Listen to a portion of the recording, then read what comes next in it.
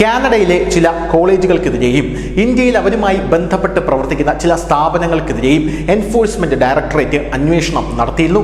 ഈ അന്വേഷണത്തിൽ വമ്പൻ കണ്ടെത്തലുകളാണ് എൻഫോഴ്സ്മെന്റ് ഡയറക്ടറേറ്റ് നടത്തിയിരിക്കുന്നത് എന്നുള്ള റിപ്പോർട്ടുകൾ ഇപ്പോൾ പുറത്തു വരുന്നു.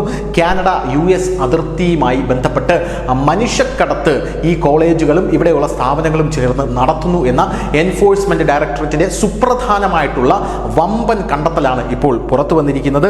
ഇത് വലിയ രീതിയിൽ കാനഡ എന്ന് പറയുന്ന രാജ്യവും ഇന്ത്യ എന്ന് പറയുന്ന രാജ്യവുമായിട്ടുള്ള ആ ഒരു തർക്കത്തിന് കാരണമാകുമെന്നതിൽ സംശയമില്ല. ഇതിലേക്ക് പോകുന്ന ഒരു വാർത്ത അല്ലെങ്കിൽ ഇതിലേക്ക് പോകുന്ന ഒരു ലീഡ് എന്ന് പറയുന്നത് യഥാർത്ഥത്തിൽ 3 വർഷം മുമ്പ് നടന്നൊരു സംഭവമാണ്.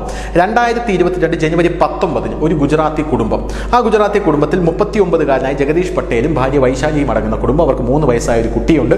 ഇവർ കാനഡയിൽ നിന്ന് അമേരിക്കയിലേക്ക് അനധികൃതമായി കുടിയേറാനായിട്ട് ശ്രമം നടത്തുന്നു. അതായത് കടത്തുകാർ ഇവരെ കൊണ്ടുപോവുകയാണ്.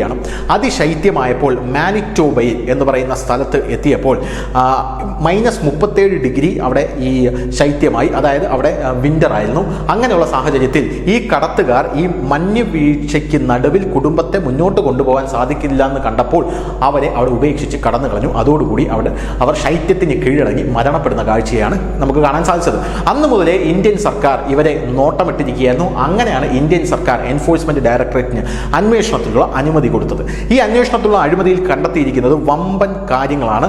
260 കോളേജുകൾ, കാനഡയിലെ 260 കോളേജുകളുമായി ബന്ധപ്പെട്ട് നമ്മുടെ രാജ്യത്തെ ചില സ്ഥാപനങ്ങൾ അവരുമായി ബന്ധപ്പെട്ട് അനധികൃതമായി ഇവിടെ നിന്നും മനുഷ്യരെ അങ്ങോട്ടേക്ക് എത്തിച്ചു കഴിഞ്ഞ ശേഷം അവിടെ നിന്നും അമേരിക്കയിലേക്ക് അവരെ അനധികൃതമായി കൊണ്ടുപോകാനുള്ള ശ്രമങ്ങൾ നടത്തുന്നു എന്നാണ് മനസ്സിലാക്കാനായി സാധിക്കുന്നത്. 200 പോരാത്തതിന് ഇതിനകത്ത് കള്ളപ്പണം വെളുപ്പിക്കലുണ്ട്, മനുഷ്യക്കടത്തുണ്ട്, അങ്ങനെ പല കാര്യങ്ങളുണ്ട്.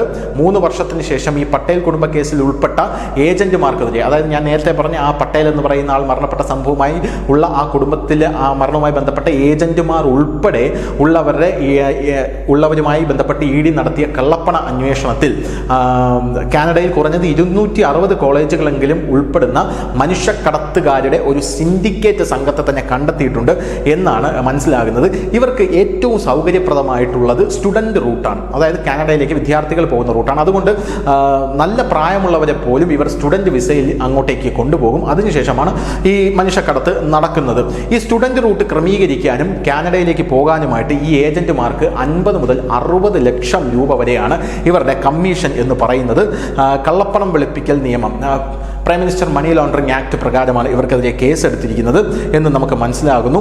പോരാത്തതിന് മുംബൈയിലും നാഗ്പൂരിലുമുള്ള 2 സ്ഥാപനങ്ങളിൽ ഒരു വമ്പൻ റെയ്ഡ് എൻഫോഴ്സ്മെന്റ് ഡയറക്ടറേറ്റ് അഴിച്ചുവിട്ടിട്ടുണ്ട്. പ്രതിവർഷം 35,000-ലധികം വിദ്യാർത്ഥികളെയാണ് ഇതുപോലെ ഇവർ കയറ്റിവിടുന്നത് എന്നാണ് അറിയുന്നത്. ഈ സ്ഥാപനങ്ങളും 112 കനേഡിയൻ കോളേജുകളും തമ്മിൽ കരാറുകളുണ്ട് എന്ന് മനസ്സിലാവുന്നു.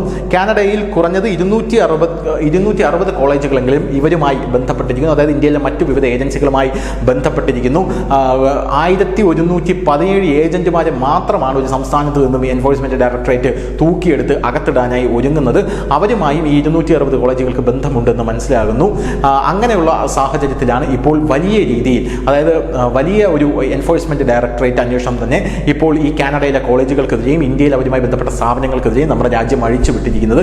ഇത് ഈ സ്റ്റുഡന്റ് വിസയിൽ പോകുന്ന വിദ്യാർത്ഥികളെ പറ്റിക്കുന്ന വിഷയത്തിൽ ഒരു വമ്പൻ വഴിത്തിരിവാണ് എന്നുള്ള കാര്യത്തിൽ തർക്കമില്ല. News desk news India Malayalam.